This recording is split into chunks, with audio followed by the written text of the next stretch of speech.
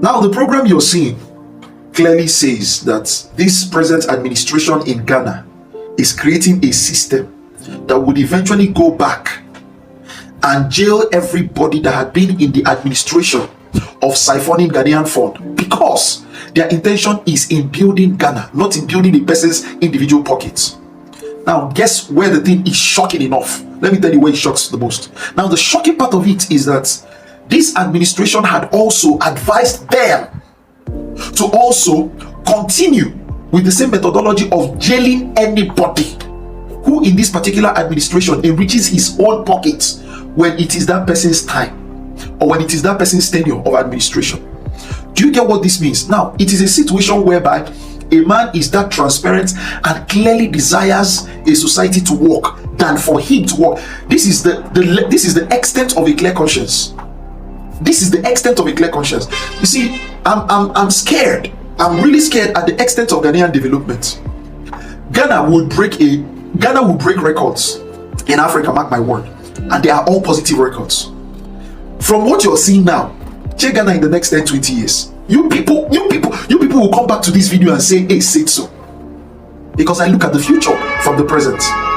From what's happening in Ghana right now, the particular standard these people are setting for themselves.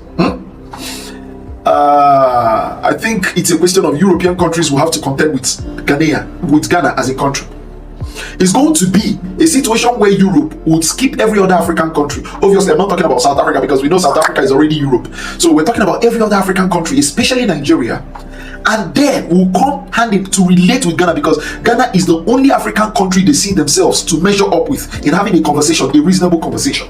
And they wouldn't even have the mentality to run into an exploitive intent, but a negotiative intent. That's how it works. You know, the white man is in such a way that if he wants to entangle you and sees that you're undeveloped, he thinks of how to move this guy aside so that we can extract certain resources and develop the world. But if you're developed, they begin to seek out for a negotiative methodology in a bid to, develop the world, especially when they also know that it is same intent. Because let me tell you, it is actually one intention that flows through any society that thinks about developing itself. So when Ghana, as of right now, you notice that Ghanaians and South Africans to an extent will have this level of agreement with Europeans, because they are beginning to understand what it has to be for a society that requires developing themselves.